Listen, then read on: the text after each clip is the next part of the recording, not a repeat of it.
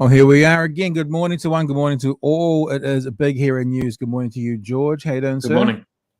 All good. All good. A few How's your COVID weekend? scares, but she'll be all right. How's your weekend? Yeah, it was a little bit sick, and now if you're, if you wake up in the morning and feel a little bit dusty, then you automatically think the worst nowadays. Luckily, I'm all in the clear for now. So you've done the rats? Yeah. Hopefully, I shoved it far enough up my nose. Well, remember, it's Susie Wiles's sex advice: go low and slow. That's what she talks about. I hope you feel better. I mean, it sucks. I'm on day 7 of isolation. This is day 7. So we're doing this now, and I've got a podcast to record at 3:00. And after the podcast, I'll do my day 7 rat. I have every expectation that it's clear, but you never know. Like we've said 2 or 3 times, it's like, I mean, for those people who are parents, they'll understand this. When your kid comes home and you see they've got nits, then no matter what, you start scratching your head. So as soon as I say I feel fine, literally as soon as I say that now, I go, well, there's that feeling in the back of my throat. Maybe not. So, yeah, I'll do my day 7 test before dinner tonight, and hopefully that means I can get back to some form of life tomorrow. It's really interesting being isolated because of someone else, actually, because the only thing we've been doing is kind of going outside and getting some exercise, walking around the park, that sort of thing, taking the dog, throwing the ball for the dog, but that's about it. And then you jump back in the car. We've actually been going to a park in Dunedin where there's no one ever, just to keep distance from other people as well, just in case. But you jump back in the car and your normal practice would be, well, let's go to the shop and pick up some veggies, or let's go and get a drink and then head home. And as soon as you get back in the car, you go, right, oh shit, got to go home.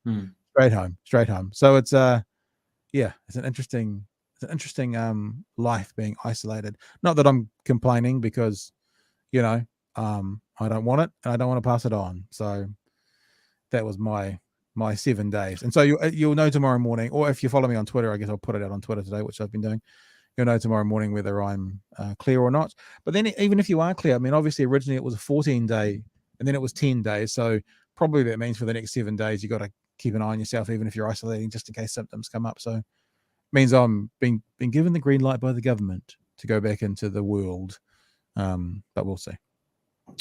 Well, look, I hope you don't have it, bro. As we said last week, you're surrounded by lots of students who look sickly and appear sickly, and hopefully that means for you haven't picked it up.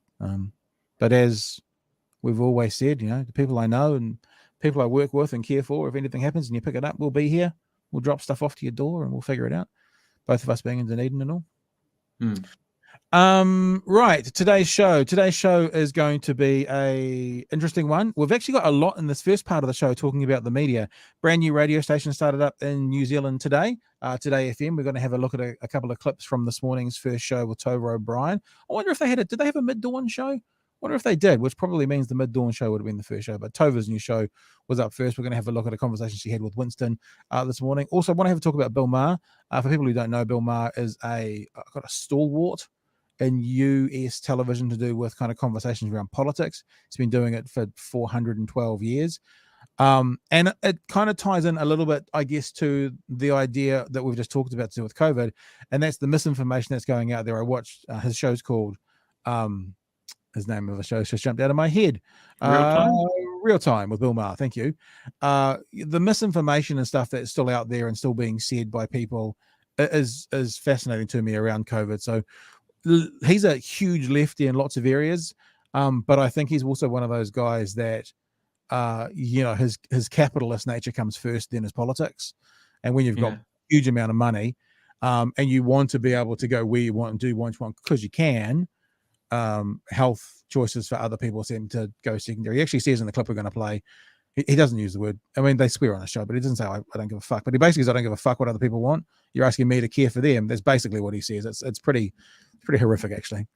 And also, you are a journalist tutor. You work with students. Something I kind of brought up thinking about you today was there is a lieutenant governor in the US who went to a white supremacist rally. I want to play a segment of beautiful journalism by an American local reporter talking to this American lieutenant governor and just basically asking her the same question over and over and over again, and her not answering it over and over and over again, to show what the world of journalism has got to. And also, last part of this hour, I'll probably just do something by myself because I've sort of prepared for it myself, but I want to talk a little bit about Lia Thomas. Is it Thomas? It's Thomas, isn't it? Thompson, I was going to say. Lia Thomas, who you'll probably, if you don't know the name, you'll have heard the story about the transgender female swimmer in America winning NCAA championships. And look, I'll be honest with you, I think that we are not yet having the right conversation about transgender women competing in elite sports. It sounds really arrogant, like I've got the answer and no one else does, but I really genuinely think we are currently not having the right conversation. And I'll explain all of that probably in the second part of this hour as to why I think that. And then you get the right to agree or disagree. All right, Georgie, should we jump into it? Yeah. Okay, so Today FM is a new radio station that has started in New Zealand today. It's being set up actively as a station for every New Zealander. I know, and I've seen some of the kind of, what's the word? It's the vision boards that the station has got for what they're trying to achieve. And they, one of their visions or one of their inspirations was to look at an advert from a Danish TV company. If you want to look it up, just look it up. Danish TV company advert. It might even be called Channel 2. And it's an advert where very clearly they segment off parts of society. So all the gym goers are in a square, you know, all the mums with prams are in a square, all the elderly people are in a square, all the hoodie wearing teenagers are in a square. But then what they very cleverly do as a part of this advert is they go, who was the class clown? And people from every square come out.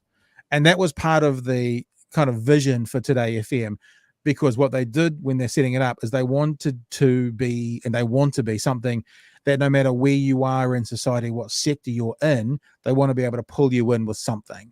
So it'll have quite a broad reach. I mean, criticisms by some of the concept is that's sort of what RNZ does. And if this is RNZ with adverts, will anyone listen to it? That's to be determined. I have no criticism. I actually think that their aspirations are amazing. I think if they can do it, it will be an amazing radio station, you know, pulling in all aspects of society. Whether they can or can't will be another one. It could be a huge train wreck as well, because you know, when you're the jack of all trades, you become the master of none. So we'll see what happens with that. Yeah, I imagine that yeah, I mean, they've got lots of big names, don't they? But yeah, it seems like they're trying to be a bit softer than their rival NZ Talk, News Talk ZB. Yep. I mean, as one report put it, instead of the bile of COVID or cycleways that you see on News Talk ZB opinion sections, the opinion sections on Today FM are like Lloyd Bird talking about how he loves Silver Beat, for example, and nice stuff like that. But yeah, and I imagine like it won't just be the sort of public interest stuff of New Zealand, of RNZ, Radio New Zealand. It might have the more sort of, I guess, softer lifestyle stories and that sort of thing that you might see on Stuff. Yeah. For example. Yeah. This is as we're going live here. This is what's happening on the station right Projections now. On that one. Had we not had, you know, Robert Muldoon not got rid of the super scheme that Bill Rowling built, sort of introduced, some people estimate we could have had up to about $400 billion. It is funny that you talk about softer and all this kind of stuff. And the first thing that I heard when I flicked over was them talking about politics from the 1980s. Sounds very ZB, that one little line. But I mean, I'm my tongue's in my cheek. Obviously, that's not what they're aiming for. But yeah, it'll be interesting because how you're describing it, it sounds like lifestyle radio.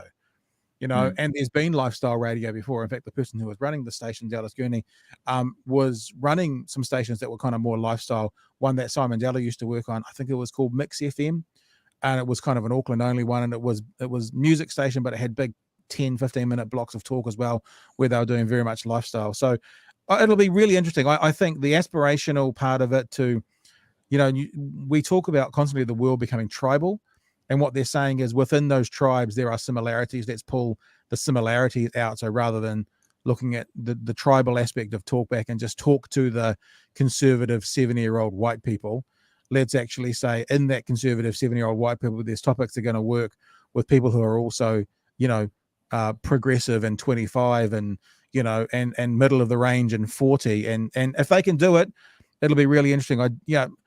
I wonder if that kind of model in America would work better, because in the US, you've got 330 million people to pull from. So if you only do 1 or 2%, it's still a really big audience. In New Zealand, the audience is so much smaller, and it's getting smaller. Oh, maybe not every day. Radio's still doing very well in New Zealand. But, you know, if you pull 1 or 2%, it's an unsuccessful radio station that can't sustain itself.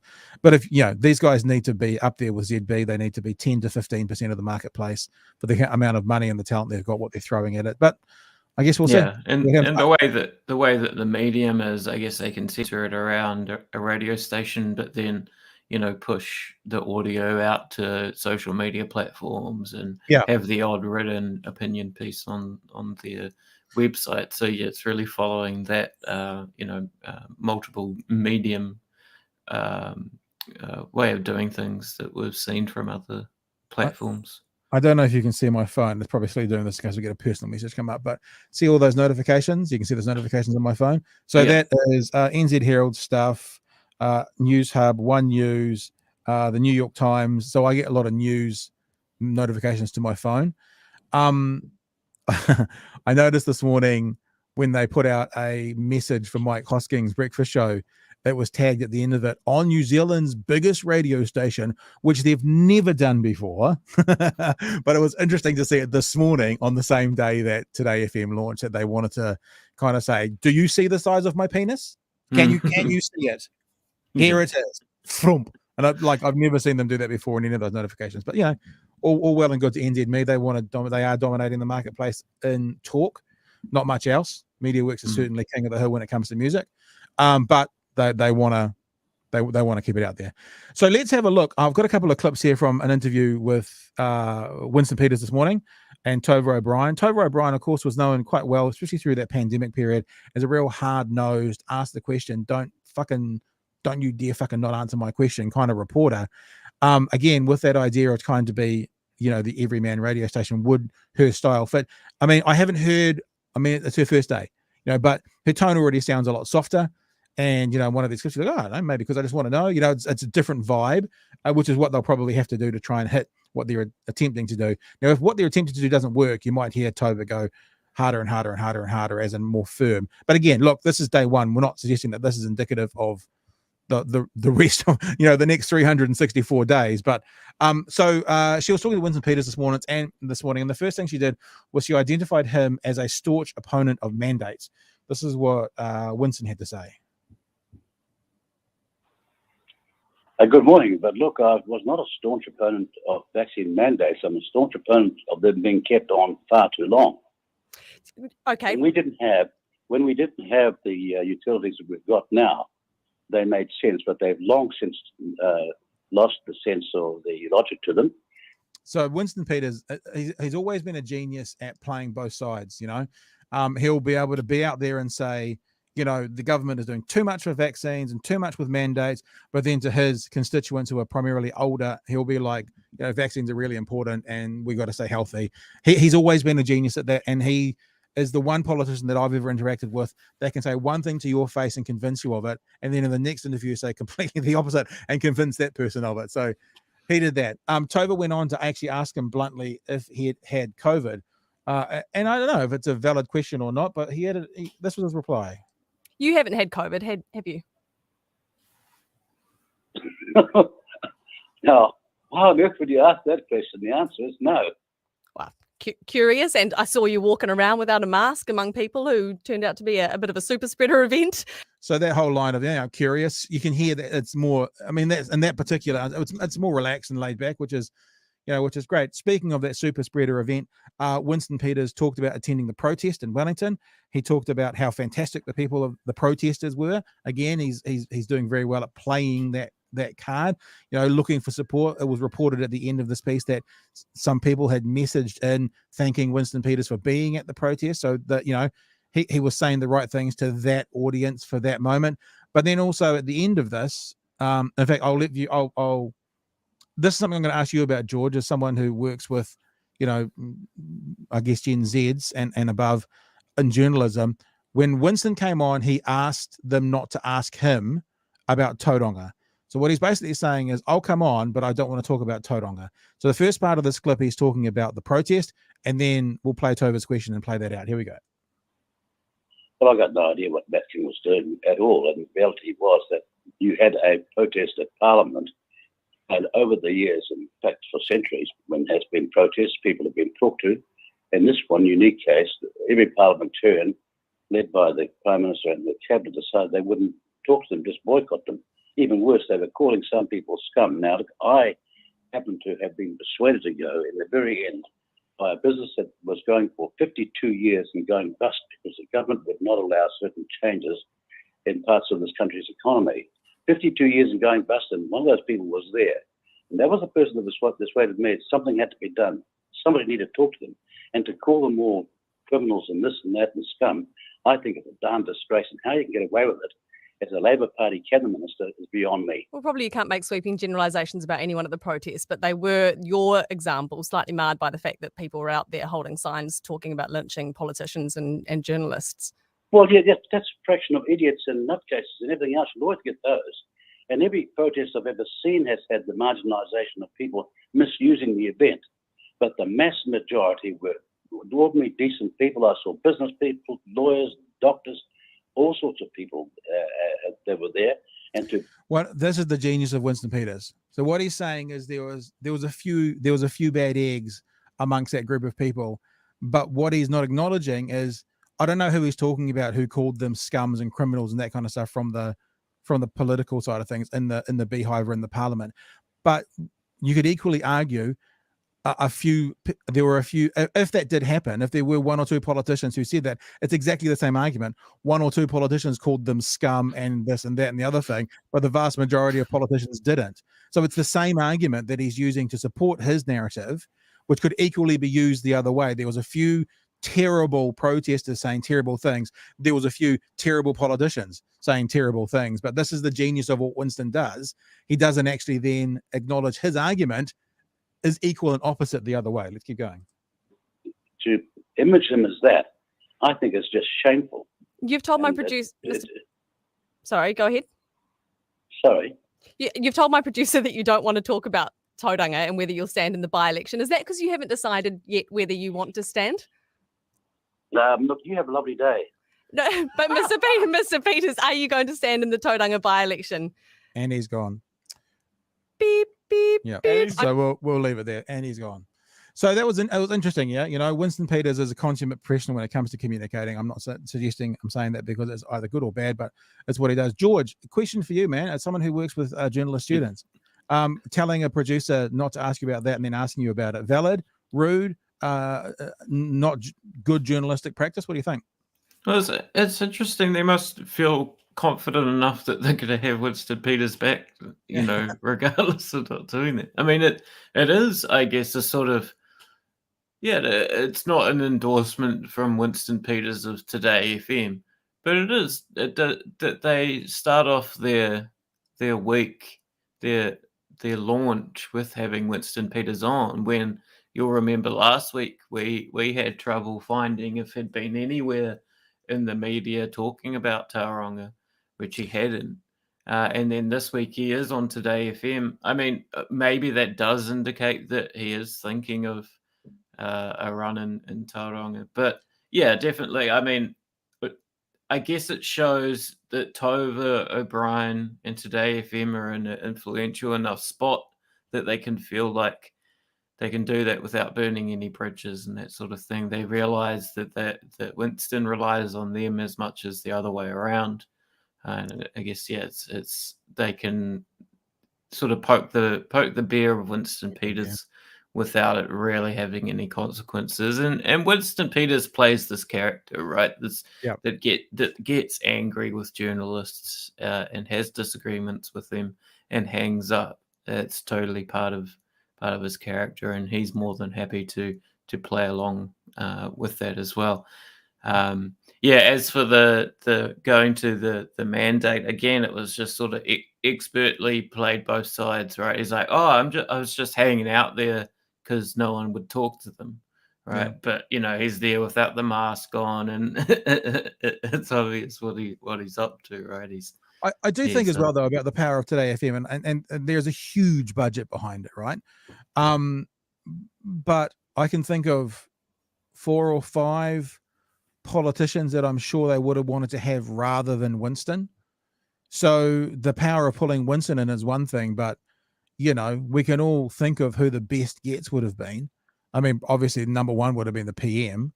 That would have been the best get because she watches her time carefully and contributes carefully to various radio stations. I think internationally, there's people who like Zelensky and stuff who was obviously be any CNN or MSNBC would be lucky to get him. But even in New Zealand, I mean, Simon Bridges, who's created big news last week, it just feels like that maybe they got him on board and maybe it shows something. But at the moment, Winston Peters, his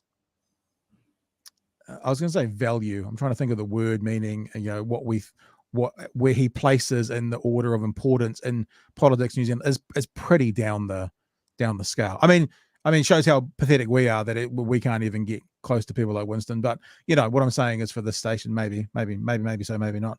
And look, it's going to be interesting to see how they go and where they go. But yeah, he has his phases of being accessible to media, like. At Radio 1 student media down here in Dunedin, we used to have him on, right, which I always felt was weird. And then, there'll be eras, months or during elections where he's making himself available. And now, like last week, he wouldn't make himself available to talk about Tauranga. And, I feel like he was pretty quiet around the mandate stuff in Wellington. I feel like he didn't make many appearances. But, you're right. It's not a huge get. I guess, like, if a politician like Winston Peters tells your producer, don't ask me about this, then you're almost obliged to ask him about that to at least even just get a reaction.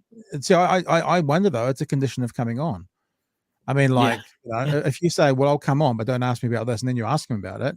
I mean, I wonder about journalistic practice and that kind of stuff. It's a bit, like, don't reveal your sources. I mean, well, if I reveal them, it doesn't really matter. I know it's a different seriousness of it, but I don't know. I mean, I to be honest with you, what we do this.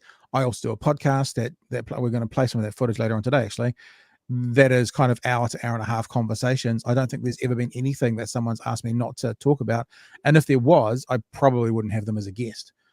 Different vibe, different because it's long form conversational. But yeah, hey, let's actually keep talking though, because a lot of this is about media today. I also wanted to talk about an experience I had in the weekend. I got a friend of mine who's got a house in a part of Dunedin who needs some help to get it cleared out. It's not my place, it's someone else's place, but I was helping to organize because I was a member of a Facebook group that advertises for part-time jobs. So I put an advert up on this part-time jobs Facebook page in Dunedin saying, this is what we need. This is the dollar figure we're prepared to pay. And, vaccinated, you got to be fully vaccinated if you want to come on board. Now, the reason for that is I've already been in isolation for 1 week. I don't want to be in it for another, and I don't give a fuck what people say. The research is clear that if you're fully vaccinated and especially boosted, you're less likely to catch it, less likely to pass it on, and if you do get it, you're less likely to be very sick. End of conversation, right?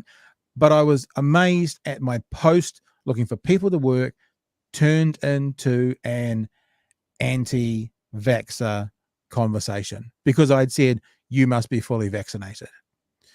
And this made me think again, the amount of mis and disinformation that's out there, all those same tropes coming out. There's no difference catching it if you're vaccinated to not vaccinated. Not true. Everyone's got it anyway. Not true. Everyone's going to get it. Not true. None of those things are true. I was watching Bill Maher over the weekend in his Real Time with Bill Maher. They were talking about a particularly ludicrous mandated situation in America where Kyrie Irving, who plays for the Brooklyn Nets, is not allowed to play basketball in New York, which is where the Nets are fixtured, because there is a mandate about the space, but he can play for the Nets when they're on the road. Now, it goes a couple of steps more ridiculous, which is Kyrie Irving comes to the games in Brooklyn and sits on the bench behind the players without a mask on. So he's allowed to do that, but he's not allowed to go on the floor. And the third thing that's even more ridiculous is that if a player from a different state comes in who is unvaccinated, that's what Kyrie's thing is. I don't know if I said that. He is allowed to play on that floor because they come under the rules of their home state, not on the rules of New York. So I think the mandate thing is going to be talked about today with Cabinet. I think it's probably time to get rid of it. I think when you've got 20,000 registered cases a day, probably 40,000 in the community, an unvaccinated teacher in a classroom is not going to make any difference, really.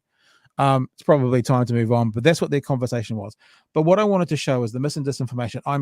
I was dumbfounded at the comments that Bill Maher was making about how his concerns around COVID versus other things. Let me just play it. Why should we respect that? Should he go in with a loaded gun and spin it around? He can hurt somebody. You know what?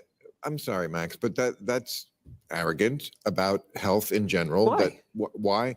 Because you're assuming that we know everything about health, and we don't. But we know the vaccines work. We know they're safe. The and we know you're vaccines work. protecting We know people. You antibiotics. did it. I did it. Yes. Did you do it? I did. We did it. We all did it. Okay. First of all, there are a couple of types of different. I did it. I didn't want to do it. We all did it. I didn't want to do it. I didn't want to do it. I was scared to death. But I'm more scared to death of infecting someone that I love and passing it along. But that's you. But we all have to live together. We all have to live in a country. The problem is that's how the vaccines were originally sold, right? As this protection, it's going to be something that you do for your community. And the problem was that the Delta and Omicron variants changed that. The science of it, suddenly the CDC comes out July of last year and goes, well, the vaccines are good at protecting you from severe illness, but they're less good at protecting you from transmission. But it assumes we're all more afraid of COVID than anything else. I'm more afraid of cancer. Now, am I saying the vaccine causes cancer? Of course not. What I'm saying is we don't know a lot about health. We don't know what causes cancer. We don't know what confluence of different things. I'm not saying it's the vaccine. I'm saying until we answer basic questions about health, don't tell me how to handle my health. There are a couple of different types of people who don't want the vaccine. There are idiots who think it has a microchip in it. And then there are people like Kyrie Irving. I think that's probably enough. So actually watching it back again, I'm dumbfounded with him comparing it to cancer. And the writer there, the male there, his contributor is the author of World War Z, and a pretty astute political figure. And when I say political figure, political commentator is probably better. Who very quickly after Bill finishes that rant says to him, "But you can't catch cancer. Cancer is not an aerosol form. It's a stupid thing." And I think you heard when Bill was talking, when he started to go, I'm not saying the vaccine gives cancer. You could hear probably in his head going, ching, ching, ching, ching, ching. Oh, fuck, that's a bad example. Cancer, that's a terrible example, because he says 3 or 4 times, if you keep watching that and go to HBO and have a look at it if you want to check it out, that he's not saying that the vaccine causes cancer, and no one ever thought that. But I think he got into a bit of a cycle in his head where he goes, I just gave a really stupid example. This is live. So the thing about real time is they broadcast live. It's in real time and it's live. And it fascinated me that even amongst well-respected, well-influenced left-wing commentators, as Bill Maher is, these ridiculous examples and tropes and memes and stuff are still going around. So that will now get turned into a trope or a meme by 1,000 anti-vaxxers going, yeah, I'm more afraid of cancer than COVID. What about COVID? Playing whataboutism. What are we doing about cancer? What are we doing over there? I'm fascinated that this is continuing on like it is. You could see in his thinking that he went to that weird line about how we don't know enough about health. I'm not totally sure what he meant there. I guess he meant, I don't know. What did he mean? But the people who do know about health are the ones who are advising us. And the thing that annoys me and frustrates me about people saying, well, they used to say, it's like, yeah, that's called science and the evolution of science. They used to say putting a leech on you was the best thing to do for lots of illnesses, and then science moved on. What's happened with COVID is everything has moved at supersonic speed. You know, they thought at one stage incubation was the best thing. Incubation, that thing where you get on the incubator? Anyway. And then they realized that maybe it wasn't, and maybe it did something. So in the second wave in America, especially of COVID, they didn't incubate as many intubate. Anyway, give them gas, put them on a gas breathing apparatus. You know, when they're complaining about, in fact, two of the guests were as well, one of the guests and Bill, about the vaccine. Yes, when the vaccine came out, it was for the first iteration of COVID, and it protects us from that. But then COVID changed, and it can get through some of the defenses. We had a person on last week, an immunologist, who still said to us, if you're boosted, you're still currently 70 to 80% protected from even catching Omicron. It's not perfect, but it's 70 to 80%. And that's better than zero, you know? So I'll take 70 to 80%. But the reason things have changed, and the reason that advice has changed, is new information has presented itself. What do we want people to do when new information presents itself? To stick with the old? Of course we don't want that. We want the best and most up-to-date information, and that's what's happening. So it's frustrating to me, and I'm hoping that we're seeing the downward slope now of Omicron in New Zealand, but it feels that this thing's going to go on forever. It feels that when the mandates get cancelled today, and I think there will be an announcement today where it gets pointed out that it's going to change, you know, on this date, that all the fucking protesters from Wellington will go, see, we made a difference. They didn't do anything. That it's just time to do it. And that this to make it clear, the difference between mis and disinformation is misinformation is when you're wrong. You made a mistake. You're wrong. Disinformation is when you know you're wrong and you still pass it on. And I think both of those things are still happening far too much in the community today. Yeah. Was Bill Maher, was he basically saying that it should be like an individual choice, and he was sort of writing against this this idea that as a community we're responsible for one another? Because I feel like that's a pattern with him, is that, you know, he'll try and sort of flash his lefty credentials, but really deep down he's a sort of libertarian reactionary. Well, he's a TV host, I guess. And I think his decisions get driven and made by capitalism first. You know, he's got dollars, and that's what. I mean, I remember Charles Barkley talking about who he used to vote for, and it changed when Barack Obama came in. But he was talking to his mum, and he tells the story. Charles Barkley, for those who don't know, was a former NBA basketball player from the, I guess, 80s, 90s, and early 2000s, and now is a commentator. Incredibly wealthy man, you know, worth hundreds of millions of dollars. And he was talking to her. He tells the story about talking to his mum about who to vote for. And his mum goes, yeah, but his mum was talking about the Republicans and talking about, yeah, but we don't vote for them because that's who the rich people vote for. And Charles goes to his mum, Mum, I am those rich people. You know, that's who I vote for. And he's changed his perspective on that. He's probably gone to the point where I imagine you're rich enough that you want to see the right benefits of tax cuts and stuff, but then you get to a point of being super rich where it doesn't fucking matter one way or the other, and they find themselves again. But that's what I see with Bill Maher. You know, his perspective and opinion is driven by his finances first, and his entitled desire to do what the fuck he wants when the fuck he wants. And then he likes talking about weed, so that potentially gives him his left-wing credibility. Whether that's true or not, people have messaged. Actually, it's funny. Two people have just messaged exactly the same thing. Simon says Bill Maher is considered not left-wing by some left-wing circles, followed by a crazier world. Bill is not as left as you might think. Seems are right at our best by our standard. Yeah, right after each other, literally both at 11:34. Those two messages came in, and yes, that's the other thing about American politics. What they consider left in New Zealand would be centrist. You know, what we consider left in there would be my head's about to fucking explode. So, George. Yeah, I think it's interesting, the Charles Barkley thing. That so in 2008 when Obama came along, was he comfortable enough that he could then vote on principles such as race and identity and that sort of thing. Right? When you say, is he comfortable to vote on race and identity? I think that's not necessarily the best way to vote either. But I want to be fair. I can't say exactly when I heard that conversation, but there was a point in his life where he was saying to his mum about he votes a certain way because he's got the money, and he was telling it in the kind of narrative, but he's changed his way of thinking now. Whether that was for Obama or whether that was when Trump came up, it might have actually been when Trump came up. I don't know. Yeah, I mean, I'm kind of thinking of my own politics here. Is that we need to, we from a political like sort of campaigning point of view, we need to, in order to get people sort of involved in progressive issues or issues to do with whatever it might be, gender politics, for example, then we need to at least get them up to a adequate state of living, be able to put food on the table and that sort of thing, so that they are in a state where they can care about, for example, gender politics or whatever the case may be, right? And I feel like this was why the Bernie Sanders campaign was a interesting phenomenon in America, and sort of maybe more definitionally left wing, as he was like, hang on, let's wait a minute. How about if we increase the standard of living for everyday Americans, then people will be much more comfortable about talking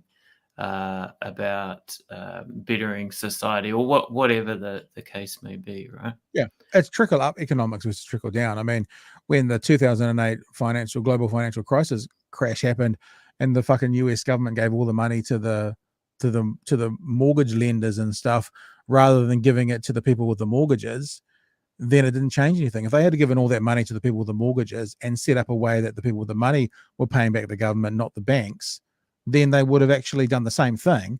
People would have saved their homes, but it would have been in my opinion, it would have been a different way to support those people who had just been taken advantage of by the same policies that that government and previous ones had allowed to happen, to put them in that position to start off with those supersized loans and that sort of thing. Taylor says that every issue is a class issue. And I think I would say to you, Taylor, every issue has a class aspect. Maybe it's just because I don't see things very much in black and white a lot of the time. I struggle, and I like to see things in shades of grey. I think class probably has an impact on every issue, but I don't know if every single issue is a class issue. What do you think, George? Yeah, I mean, that would be the more sort of I guess there's a sort of powerful sort of passion to saying it like that, right? That if you dig down at it, or I don't know. I guess, yeah, you said it in a more sophisticated way there, Pat. Thanks. Nonetheless, I think a lot of, okay, so my example would be racial disparity in America, right? I think if you dig down or even universalize that issue to the rest of the world, yeah, deep down it's a class issue. It's an issue of class, right? It's an issue of economics. It's an issue of access to resources, and so forth. Yeah, but that I mean, I'm not also saying that some issues aren't only class issues. I'm saying as soon as you say every issue is a class issue, I would say, gotcha. Right. Yeah. No, I'm sure. That's not what you're saying. Yeah. The comment from Taylor is every issue is a class issue. I mean, I'm not saying that individually some issues aren't 100% class issues. I'm saying that every issue has a class element to it. Some might be fully class, others may have a very small amount of class. That's, I guess, unless also Taylor saying that maybe Taylor saying that every issue is a class issue, meaning it has class associated with it. And I actually then would agree with that. If that's what Taylor means. Sometimes the written word, Yeah, I think it's semantics. Yeah. Let's you call me semantic and sophisticated in the same segment. That's nice. Thanks for that, bro.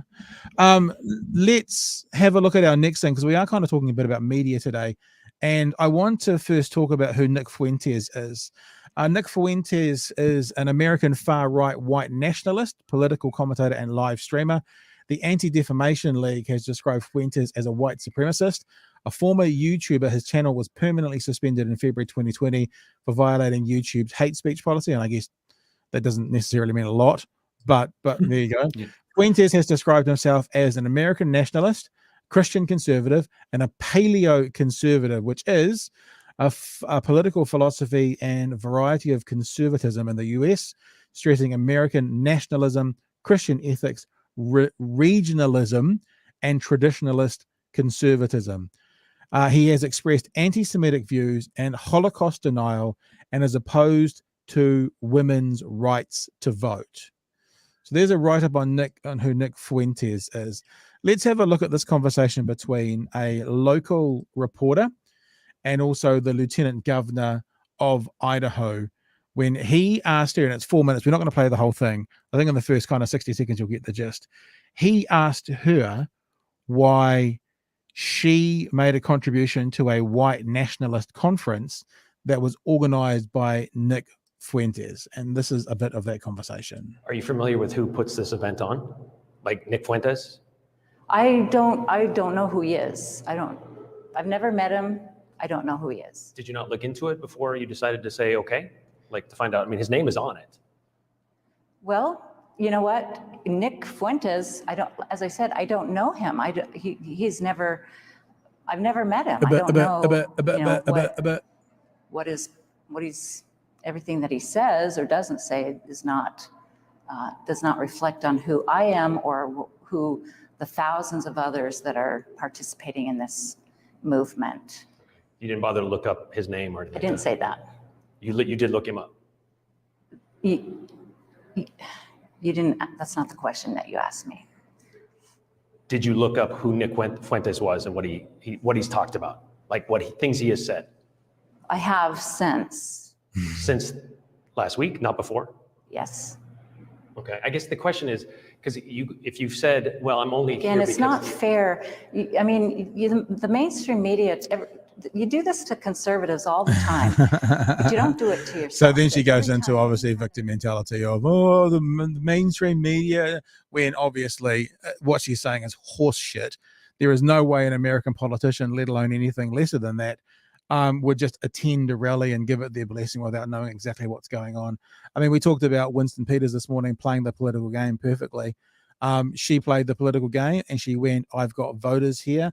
I don't really want to be associated with these voters, but they will give me votes. This is a local body thing.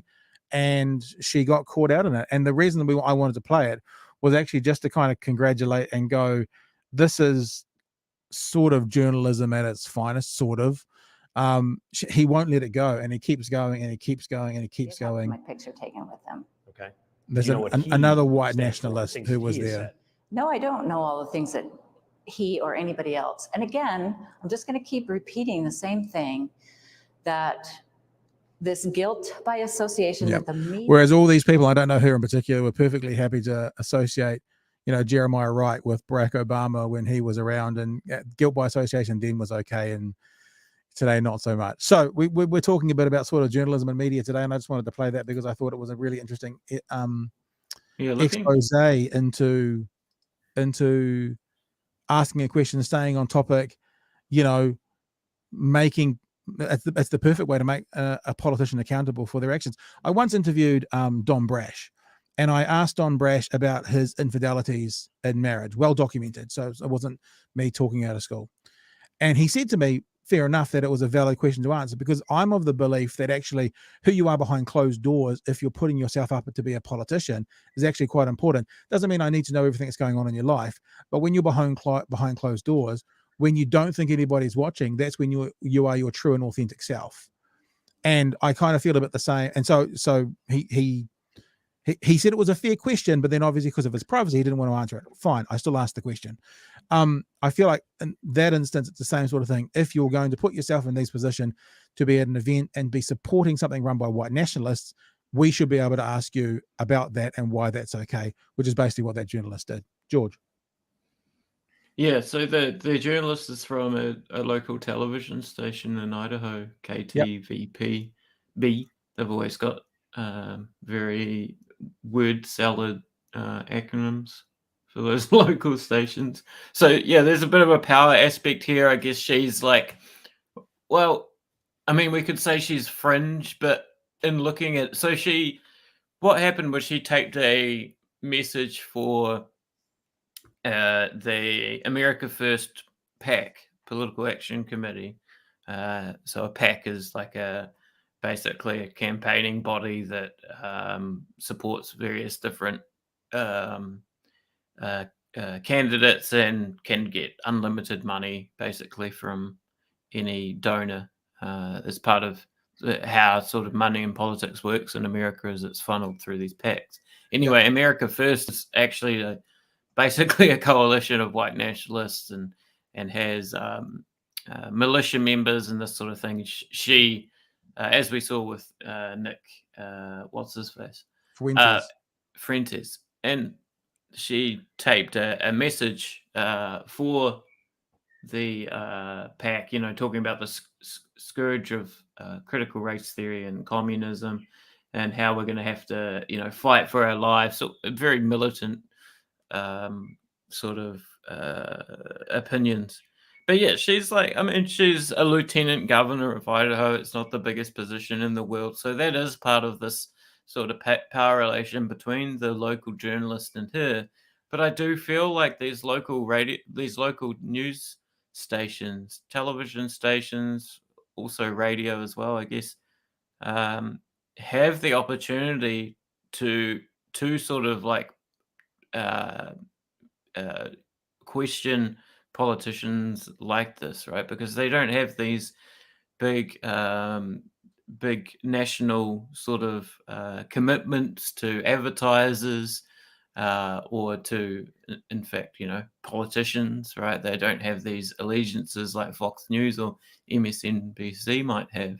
And so they have the opportunity to, as we saw, question and then question again and then question again. One would only hope that this would translate to more influential and relevant politicians rather than just fringe lieutenant governors. But nonetheless, like the gist is still there. And I mean, you look at conservative talkback radio in America. That started as that was just small time regional local news and commentary, and so you could argue the same with local television news. If there's some sort of pushback against militant conservatism, then that might translate into onto a more national level. Yeah, and I think also that whole, it's a kind of a nice way to wrap the conversation that started with Today FM and talking about Winston as access. If you're a local body politician, you sort of need the local media when it comes to election time. So that local reporter doesn't have the same jeopardy to get, that lieutenant governor back again, as opposed to, host X on MSNBC, who at that level actually needs national figures, figures as in, politicians, because they're speaking to a national audience. And if, they fuck off Bernie Sanders or, Mitt Romney or whoever, and then they never come back on, and that's actually a detriment to the program rather than the politician. Whereas the local reporter and the local politician, it would be a detriment to the politician, not necessarily the reporter, because the reporter could still continue to talk to their audience about the person, but if the person's not there, it could go the other way. And I think that's just the, monopolization and growth of medias into these big, behemoths is probably part of the other way. On one end, the tail wags the dog because the mass media needs the faces, and on the other end, on some level, they're still doing journalism because it's really about, when is the council, as we know in Dunedin with the ODT, I guess, when is the council going to fucking fix that pothole? Yeah, I think I mean, we could get into access journalism. It is a really tricky sort of area. I think, the way you sort of solve it is that power relation. You realize that it is a power relation, and you sort of just embolden journalistic institutions and make it so politicians do have to talk to you, otherwise they're fucked, right? Yeah, that's how you do it. Is basically make a society in which politicians, if they don't talk to you and answer your questions, they're fucked. Yeah, and I guess the problem with when you think about America in particular, when you've got I mean, in New Zealand as well, because in New Zealand, when you think about the news now as well, you've got, ZB, RNZ, you've got now Today FM, you've got TVNZ, you've got News Hub, you've got Prime News. That actually, if even in New Zealand, if one of them fucked off, the Prime Minister, and the Prime Minister stopped attending one of them for any reason, then it probably wouldn't impact the messaging as much, because there's still 5 other ones the Prime Minister or whoever, person X, can go on. So actually, that's then, imagine if you were in a position, like I remember working for ZB, was it Peter Montgomery? No, it wasn't, because he was working for, I remember what it was. There was a situation where for Team New Zealand that a particular reporter from News Talk ZB wasn't allowed on the boat of Team New Zealand. So Team New Zealand had all the power. Like, they had all the power, and they needed to have reporters on the boat and be able to talk with people. I forget that I mentioned PJ. I don't remember who it was, but I was reminded by his name because I was thinking the America's Cup. And so they had all the power, and they got to dictate basically who was able to come on and who was able to report for them. So when one of the person has an imbalance, same for any of the radio stations or television stations, if the highest profile politician won't come on, then actually it's your product that's impacted, because then everyone else watches the opposition to see what that person's got to say. So when you get to the national body, I think the tail can wag the dog, the tail being the politicians or the profile person. I mean, we all know this. If we can get scoops in what we do, we then smash it out there like, haha, look who we got. Everyone should pick up our content. That's how this game works on some levels. Yeah. All right. Let's move on to the last topic for the day. I think you've got some other things to do, George, so I can probably handle this one myself for the time being, but let's have a bit of a chat about something that I want to have a chat about. George, you can jump in at any stage you want if you want to talk about it.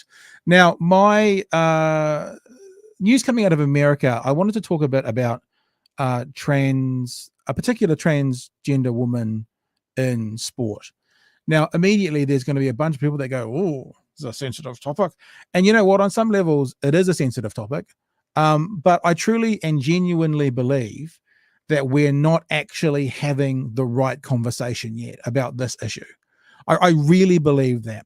I want to talk about it. And all I would say to you to encourage you to be a part of this conversation with me is watch the whole thing or watch none of it.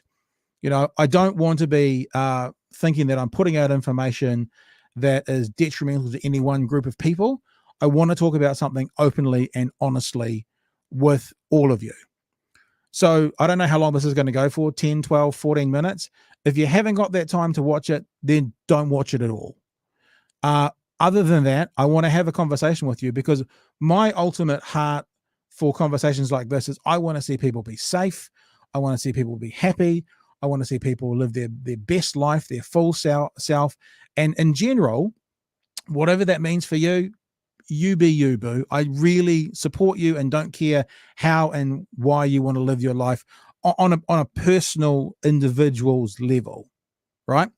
So I want to talk about this situation, and even though you may not recognize the name, I'm sure most of you would have heard the story about the transgender athlete in the US. Her name is Lia Thomas, and she's been, knocking over records and swimming amazingly fast races as she started to compete in the women's division.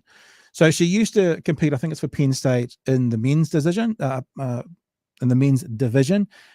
transitioned and started competing in the women's division. Now, let me also say, pardon me, that at the start, Lia is completely within the rules. There's nothing that Lia is doing that is wrong or like cheating or anything like that, because these are the current rules and Lia is abiding by them 100% fine with that. Right? So the story that has been told about Lia is how she is, kind of swimming really fast in the nation, favorite to win. Well, in the weekend that's just gone, she became the first transgender athlete to win an NCAA swimming title. Now, NCAA in America is huge. We often hear about the Final Four with basketball, and it's basically, the number one competition for the best colleges in the country. They have Division 1, Division 2, Division 3 colleges, and if you win a title, it basically means you're the best in the country for that. So in the weekend just gone, Lia Thomas won the 500 yards, I think it was. It's a 500 yards. Lia Thomas took the control in the final 100 yards of the 500-yard freestyle to make history Thursday as the first known transgender woman to win an NCAA swimming championship. Now, the reason I think that we're having the wrong conversation is the question that we're asking now is, should or shouldn't transgender women be allowed to compete in elite sports? I don't think we're talking about, what we would call high school sports or college sports, our secondary school, because I think most of those sports at that level are about participation. I don't think that's what, and look, to be honest with you, if you're a 12-year-old girl and you want to play rugby at your school, chances are you're playing in a boys team because there may not be an all-girls team. So that happens, or cricket, any of those sorts of things. It does happen. But I think the conversation we need to be having first is, do transgender women athletes have an advantage physically? And I would say yes. And until we have that conversation and get to a definitive yes or no, we can't have the second conversation, which is, should transgender women compete in elite sports? Now, I'm going to go through why I think there is an advantage. If you want to disagree with me, if you want to have your own thoughts and opinions, then feel free to share your stuff. But what I don't and won't sort of accept as evidence is personal experience. I don't deny your lived experience or your personal existence, but what that is referred to as anecdotal evidence, and that anecdotal evidence or lived experience may not be representative of the data. So I'm going to give you some stuff that makes me think that there is an advantage, because then what I believe the actual conversation should be is, and this is how I would word it, now that we have definitively shown that transgender women have a physical advantage, should we allow them to compete in elite sports? And I know that some people are going to roll their eyes and go, who the fuck are you to say, should we allow? I guess what I'm saying is, we as society need to come to that realization, and then the bodies need to decide. But because there's still an argument going on of, is there an advantage, we actually are having the wrong conversation. So let me show you something here, okay? So the 500-yard freestyle was just won by Lia Thomas, making her the fastest woman athlete in that range in America at college level. Now, the other thing I'm being really careful to do here is I'm not going to dead name Lia. There are some articles and stuff that I'm not going to show because they use masculine pronouns and stuff. I'm genuinely not interested in any of that, right? I really want to look at the data of, is there an advantage? So here would be my premise for why there is. These times here are the best times that Lia Thomas has ever swum. Now, these times were swum when Lia Thomas was competing in the men's category. The reason that I've scrolled up on this, and I hope you can't see the top part up here, is because that has Lia Thomas's dead name. I don't want to show Lia Thomas's dead name. This is genuinely not about embarrassing someone or saying, look at that, man competing as a woman. It's not about that. Genuinely is not. So I've got rid of anything to do with Lia's previous iteration of a name, previous pronouns, all that kind of stuff, because that's not the conversation. The conversation is the 500-meter free right here that you can see. Can I highlight that? I can't. The best time that Lia in Lia's life ever did for the 500 free was 4 minutes 18 seconds 0.72. Right, that's the best time. So Lia on her best day as an athlete did 4:18.72. Okay, part of my argument for there is an advantage comes down to that. Lia was the best woman athlete in the NCAA for the 500 free. If Lia compared her time to the male times at that same meet, right, the male time, her best time ever, Lia would have come 47th. So someone who would have performed the best they've ever done would have been 47th amongst the men, because you can see this is 4/1871, 4/1925, so that's where Lia would have come, is now the best in the country woman swimmer. That says to me there is a physical advantage. Now, some people may, and maybe fairly so, also go, well, but Lia didn't win everything, right? And you're right. If you Google Lia Thomas, you can see in this Google search that Lia came 5th in the 200 free, right? And Lia came 8th in the 100 yard. So Lia's not winning every single race. However, I would say again, what you need to do is now compare this to when Lia was competing as a male to when Lia is competing as a woman, or a man to a woman. Sorry, I'm getting gender. As a man to a woman. The best time Lia ever has done for the 200 yard freestyle, the best time ever would not have even been, she would have been last. The last time for the men's 200 yard freestyle at that same meet was the 59th person. Her time was slower than that. So when you go, Lia would have been 60th in the men's 200 free, Lia was 5th in the women's. It's not about dominating or winning. It's about, is there an advantage? And I guess I would say to you again, going from 60th for your best time ever in the men's to 5th in the women's says to me there is an advantage. And one of the things that I think I've seen whilst investigating and looking at this pattern is the same amongst, I can't say all, but I'll say most transgender women athletes. I mean, Laurel Hubbard, for example, and I'll just say again now, in case you're picking up halfway through, this is not a commentary on who you want to be as a person, how you want to identify, what pronouns you want to use, none of those things. This is purely about the question that we need to ask first, is there an advantage? I've got a quote here from an article. I'm not going to put up the article because in the article, Laurel Hubbard's dead name is used, and Laurel Hubbard, in the article, it uses male pronouns. So I'm not putting it up because I don't want to offend, and I don't want this to look to me to be seen as someone piling on the transgender community. What I'm doing is trying to start an honest conversation. So this is a quote from that article. It says, at 20, Hubbard set a junior record in the 105 plus kg category with a total lift of 300 kilos. However, Hubbard's successes at junior level would never have been enough to qualify for a spot on the men's senior national team. Despite Hubbard's high school team's overall success, Hubbard's individual result in junior male competitions would never have been enough to see Hubbard qualify for a position on the men's senior national team.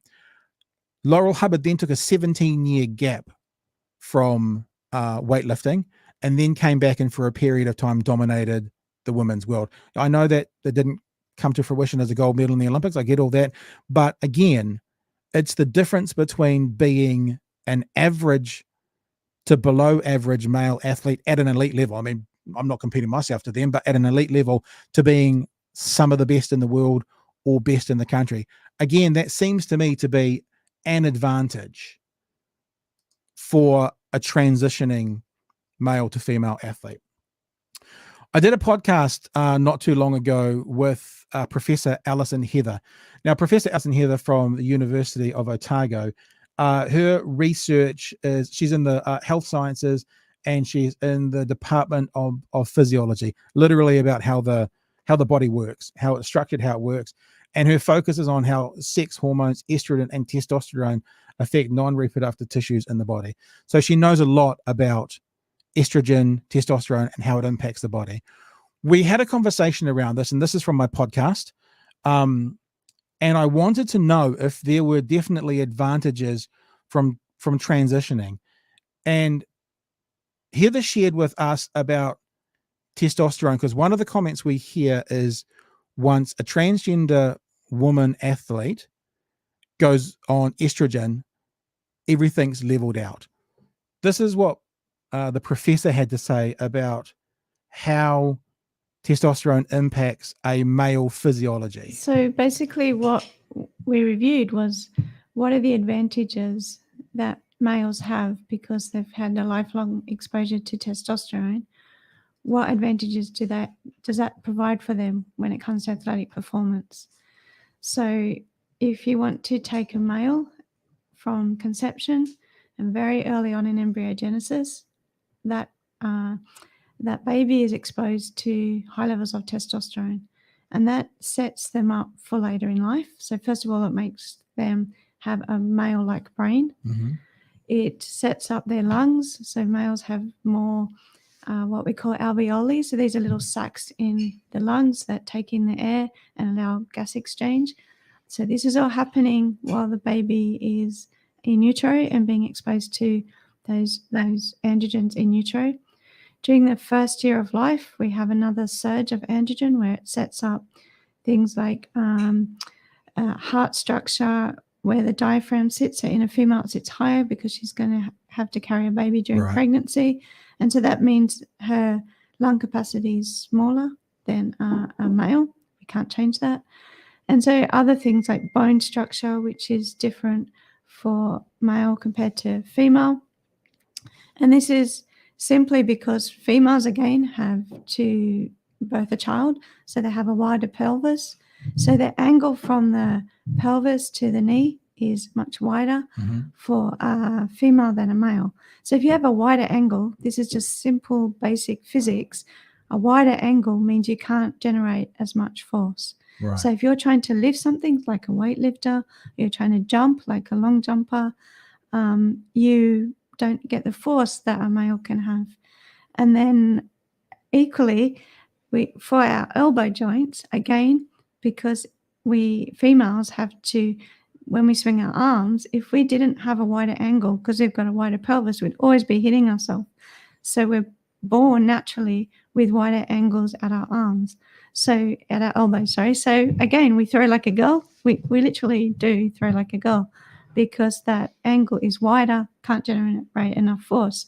So that's in any kind of throwing sport, javelin, if we're talking about athletics or baseball, these kind of sports. So males have an advantage. And this is before they hit puberty. And this is all because of the testosterone that was provided to them in utero. So there are benefits before puberty that help the male physiology. Professor Heather did a bunch of research with a colleague from the biology department as well, and this is what the research has shown. Again, make this clear. I want to set up an environment where we can have this conversation honestly, and I think the first part we all need to agree to, all of us, meaning society, is there an advantage? The reason you can tell in 100 years from now if a 10-year-old skeleton is male or female is that there's physical differences, and there's physical differences primarily because of the what's happened in utero and what's happened in that first year of life, getting testosterone boosts. The other thing that's often said is that once a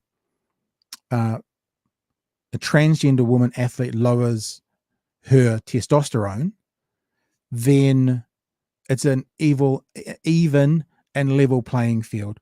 We went on in this conversation and I asked about that, and the professor gave an example of how they can measure the male body, not a transgender woman, but a male body with no testosterone, and what happens if that body keeps training. And have a listen. If you lower your testosterone levels as in a trans female, remembering that the IOC, so the International Olympic Committee, only say that you have to lower your testosterone level to less than 10 nanomolar, which is still 10-fold higher than the average for a cis female. If you're sitting at around 8 or 9 nanomolar of testosterone and you're still training, it's not going to have it's not going to have much effect on your muscle mass at all. There's the memory effect of muscle as well as the training effect on muscle, and the fact that you've still got some testosterone there to help keep that muscle mass there. Yeah. And we know that not just from trans females, or we know that from males that have prostate cancer. So if males have prostate cancer, one of the treatments that they go on to is called androgen deprivation therapy. So they lower their testosterone to they try and get it to zero, like as low as they can. And that we know that if those patients train, if they go to the gym and train, they don't lose very much muscle mass over that whole 12-month period of treatment. So reducing the testosterone, if you do continue to train, you don't lose a lot of muscle mass. So the research and the science would say. Now, I know we've been going for a while. I do appreciate you sticking with us, the people who have stuck with us for this, or if you're watching this on demand, you have watched this on demand. I do want to mention one more thing, and that is towards the end of last year, there was a report released, or a memo, I think it technically was called, released by a trans rights group. And they were basically saying our messaging around sports is not landing. I'm going to play a part of The Rising, Ryan Grimm here talking about, because they mentioned the quote. I have a listen to this and then we're going to wrap up. And all of you lovely people who have stayed with us, you can go and have a cup of tea and feel good about yourselves, not awkward and uncomfortable with this conversation. So let's hear Ryan talk about the memo that was released at the end of last year. Earlier this month, the Transgender Law Center posted results from what appears to be the most comprehensive set of polling and focus group research ever released to the public on the question of trans rights. For trans advocates, there are a few cautiously optimistic findings, but more broadly, it warns of a very rocky political road ahead. The research seems to have gotten virtually zero coverage in the press. So let's go over what they found and then move on to what recommendations they make based on their findings. The clearest finding, and the one that raised the most alarms for the memo's authors, is that trans activists are getting destroyed on the question of sports. For most of the survey questions, the memo includes the numbers, even when solid majorities of the country are lined up against trans activists on a particular question. When it comes to sports, the numbers are so bad they aren't included. Instead, the memo describes the results like this, quote, right now, our opposition wins the debate on trans youth in sports against any and all arguments we have tried for our side. There is a huge gap in awareness and concern, with most base and persuadable respondents unaware of proposals regarding transgender girls' participation in sports, while a strong majority of our opposition has heard some or a lot about it. So in polling language, what they're saying is that even after a person heard all of their arguments, all of the arguments that trans activists make about the question, the person still fell on the other side of it.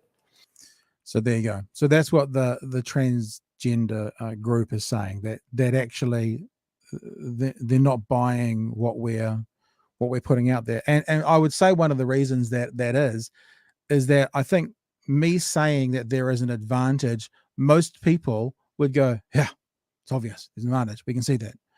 But there is a sector of society that is broadcasting a lot who are trying to sell messages like there's no advantage for trans women in sports, or once a trans woman is on estrogen, all male advantages are gone, or there's no difference between men and women at all. And that is something that some aspects, some sectors are actually saying. Look, for me, I want inclusion for everyone. I want people to be called what they want, identify as they want, do what they want with their own bodies. I genuinely don't give a fuck. You be you, boo. But there are two things that I reckon I want to put forward to start this conversation. And look, it's arrogant. I'm saying to start this conversation, but to start it. As an ally in the LGBT world for a long time, just go to my blog and see my writings. You'll see what I've written and said and supported. The community, the LGBT community, need to stop bullying people into participating in your lives and choices. You, be proud and strong, be safe and happy. But there is a lot of pressure being put on for the rest of society to fit into a very small box of acceptable and unacceptable. I mean, I don't want to get into a debate about pronouns right now, but your pronouns, this is my opinion, your pronouns are not your character. It's like you're getting married and calling yourself Ms., or Mrs. It's a way of addressing you, but it's not who you are as a core person. As much, I would probably say, as your physical attributes aren't you as a core person. You say, look, as someone who probably needs to fucking have a tummy tuck and getting close to needing a little bit of pullback from a plastic surgeon, I get. Well, I actually don't get, because it's not my will, but I am trying to understand that makes you feel more comfortable and be more accepted in what you want to be. And actually what I'm saying is amazing, cool, do it, go for it, do what you want, be what you want. But when it comes to some aspects of this conversation, there is a very dark and sinister part of this, and I am looking at it from my side. I equally acknowledge the dark and sinister side for the other side, right? I completely get that.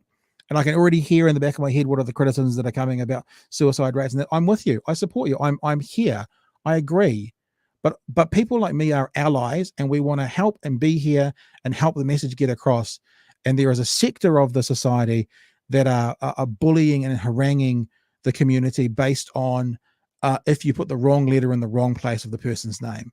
It's not the kind of messaging you want. And when it comes down to words we use and body parts we've got, then just talk to someone who's lost a leg in an accident on their motorbike. Losing the leg is not them. Their leg is not who they are. You know, it's basically an appendage of off a blimmin' flabby part of meat, you know.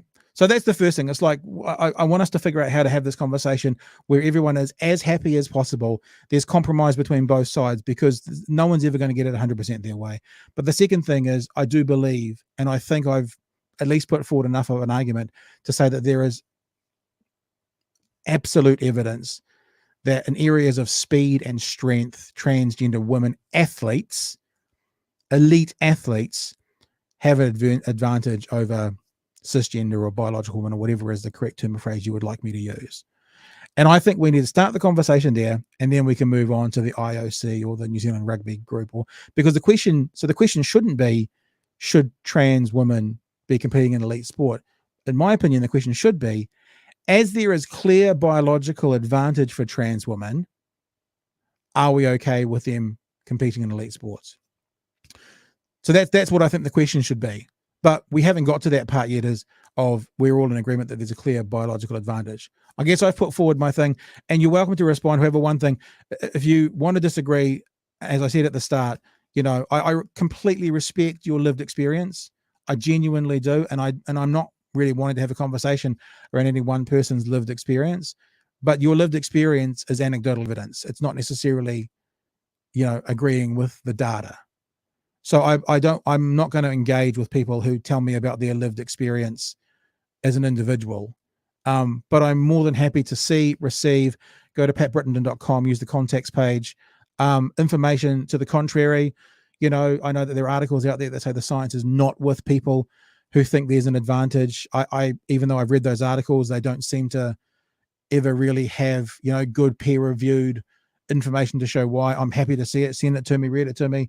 But what I really want most of all is for us to figure out how to have this conversation, to start in an honest place, and then move forward together as a society. That would be my dream. All right, that's me. I'm done. I think I've probably gone longer than I thought. George, we'll bring you back in. I know that that was something that I wanted to do. And I guess I want to do it because I think it's a really important issue in society. And I think we need to have honest conversations. And when I talked to Maktes last week on Friday about, I don't think we've got the words in society to have some conversations, this is one of them.